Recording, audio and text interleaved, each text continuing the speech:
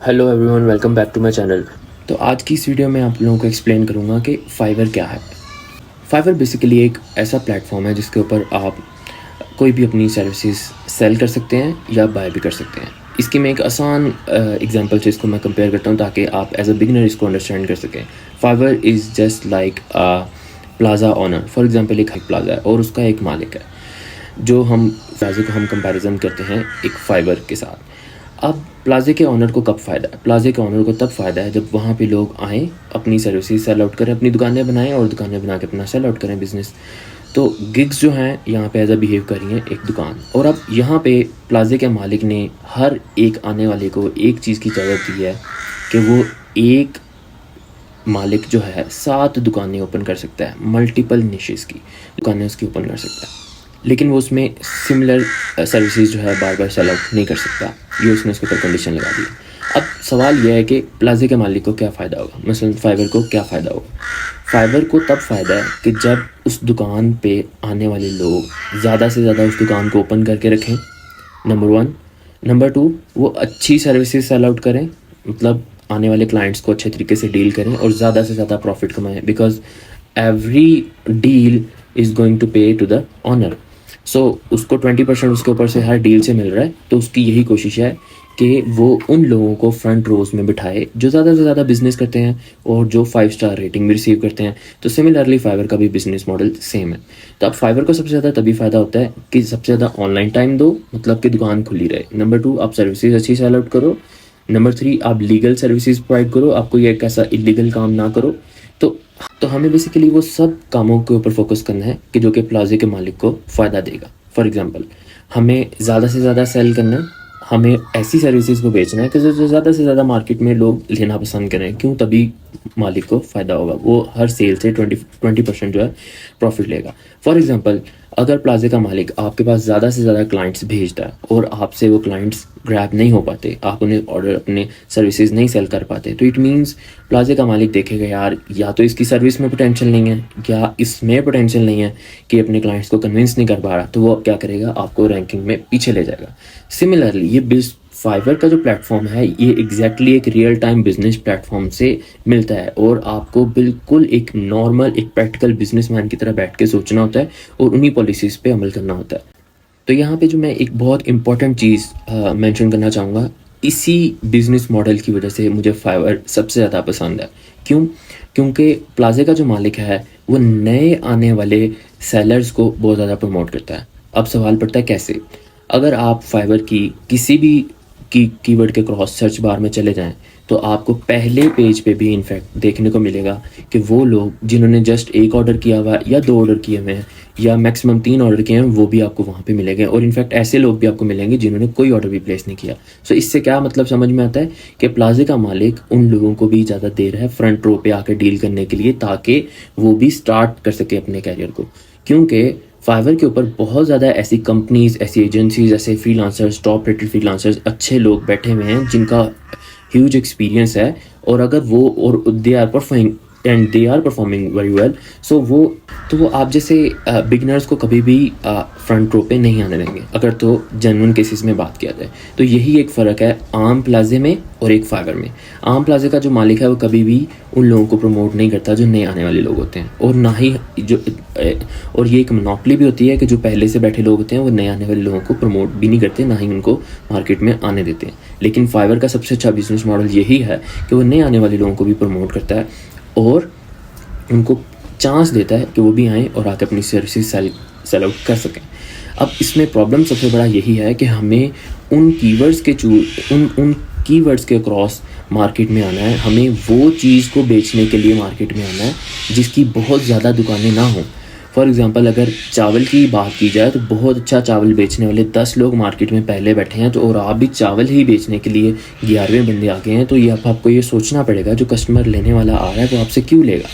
तो सवाल ये है, तो आपको ऐसे नीश को सिलेक्ट करना है। आप उसके ऊपर फर्दर ये कह सकते हो कि जो मेरे पास चावल है ये एक ऐसी किस्म का है जो कि कलर्ड है। फॉर एग्ज़ाम्पल, ये रेड कलर का है या ब्लू कलर का है, या उसके आपको स्पेसिफिक फीचर्स को प्रेजेंट करना है कि जो कि मार्केट में लोग नहीं कर रहे, या मार्केट में उन लोगों ने उस स्पेसिफिक नीश को टारगेट नहीं किया। फॉर एग्जांपल हम एक और एग्जांपल इसमें ले सकते हैं, आपको चावल की, आप इसमें अपने आप को डिफ्रेंशिएट ऐसे कर सकते हैं कि मैं आपको चावल पैकिंग में प्रोवाइड करके दे सकता हूँ और मैं आपको आपके घर तक भी डिलीवर कर दूँगा, बिकॉज आप एक बिगनर हैं और आपको बिजनेस करना है मार्केट में, आपको क्लाइंटल चाहिए। So that's why you have to offer something different, something unique which is not already in the market. तो इस तरह से आपको यूनिक सर्विसेज को टारगेट करना है, देन आप मार्केट में सर्वाइव कर पाएंगे। और once you will start, you will have the clientele, then the time will come कि आपके पास रूटीन में क्लाइंट्स आ रहे हैं। अब क्या होगा, अब आप एक इस ऐसी पोजीशन पे पहुंच चुके होंगे कि जहाँ पे वो 10 चावल बेचने वाले भी बैठे हुए थे और आप भी उनमें शामिल हो गए, और अब आप भी इजीली अपने चावल को बेच सकते हैं। इनफैक्ट अगर आप पैकिंग ना भी देना चाहें और अगर आप डिलीवरी ना भी देना चाहें, बिकॉज आपका एक पोर्टफोलियो बिल्ट हो चुका हुआ है। सो ये एक बड़ा इंपॉर्टेंट पॉइंट है। हमारे पास सबसे बड़ा एक चैलेंज यही आता है कि जब भी फ्रीलांसर्स मार्केट में आते हैं, they do not have the strong portfolio. अगर फॉर एग्जांपल फाइवर आपको क्लाइंट भेज भी देता है, आपके पास क्लाइंट आ भी गया और आप एक बिगनर हैं, एक न्यू फ्रीलांसर हैं, इट इज़ वेरी इंपॉर्टेंट कि आपको उसको डील करना आना चाहिए।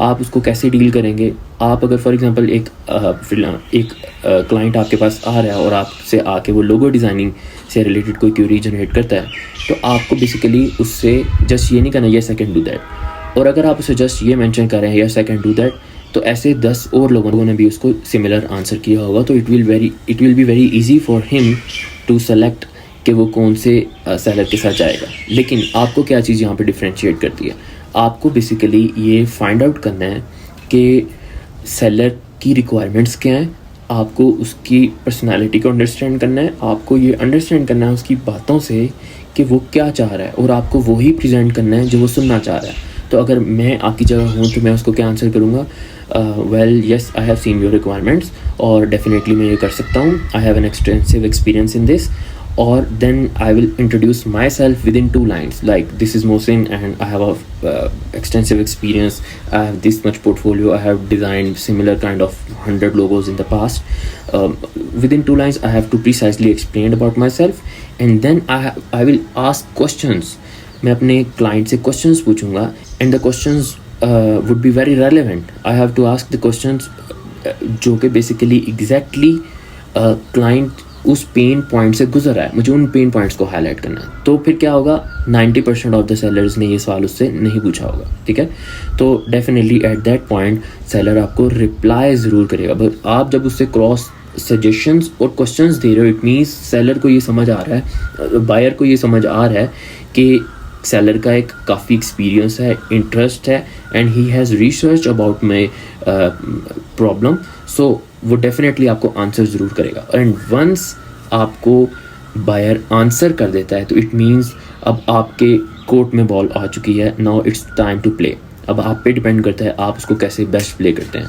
Communication skills is the key to success. इसके ऊपर एक कंप्लीट सेपरेट एक मैं वीडियो बनाऊंगा जिसके अंदर मैं आपको डिटेल में एक्सप्लेन करूंगा। सिमिलर एग्जांपल मैं आपको एक और इलेक्ट्रिकल इंजीनियरिंग से लेता हूं कि अगर फॉर एग्जांपल आप अपनी इलेक्ट्रिकल इंजीनियरिंग की सर्विसेज को सेल आउट करना चाहते हैं ऑन फ्रीलांस प्लेटफॉर्म्स, तो आप एक जेनेरिक गिग क्रिएट करते हैं जिसके अंदर आप एक्सप्लेन करते हैं कि मैं सब इलेक्ट्रिकल इंजीनियरिंग प्रोजेक्ट्स या प्रोडक्ट्स को रिसीव कर लूँगा। तो ये एक बड़ी जेनेरिक प्रोडक्ट है, इसके ऊपर आपको कंपटीशन ज़्यादा मिलने वाला है। ये एक बड़ा जेनेरिक गिग है, इसके ऊपर आपको कंपटीशन बहुत ज़्यादा मिलने वाला है। तो आपको इसको माइक्रो नीश में कैसे करना है, फॉर एग्जांपल आपके पास ज़्यादा एक्सपर्टीज़ ड्रोन डिज़ाइनिंग की है, तो आपको माइक्रो नीश को सिलेक्ट करना है और आपको अपनी वो वाली सर्विसेज को प्रायोरिटी पे सेल आउट करना है कि जो आपके पास ज़्यादा एक्सपर्टीज़ भी हैं और आपको लगता है कि ये वाली एक ऐसी नीश है जहाँ से मैं स्टार्ट ले सकता हूँ एटलीस्ट। तो आपको जस्ट स्टार्ट लेना है, मार्केट से अपने आप को डिफ्रेंशिएट करना है। ये एक सबसे ज़्यादा इंपॉर्टेंट पॉइंट है ताकि आप लोग सर्च बार में पहले नज़र आएँ। और एक बार याद रखें, फाइवर की सर्च बार के अंदर जस्ट 20 पेजेस शो होते हैं और एक कीवर्ड के क्रॉस, और मैक्सिमम अगर हम बात कर लें 4 to 5 मेन कीवर्ड्स की, तो आप उससे हिसाब लगा लें कि अगर 1000 अराउंड फ्रीलांसर्स जो हैं एक कीवर्ड के क्रॉस सर्च बार में आ रहे हैं, तो it means maximum 5000 different keywords के क्रॉस फ्रीलांसर्स जो हैं सर्च बार में नज़र आ रहे हैं।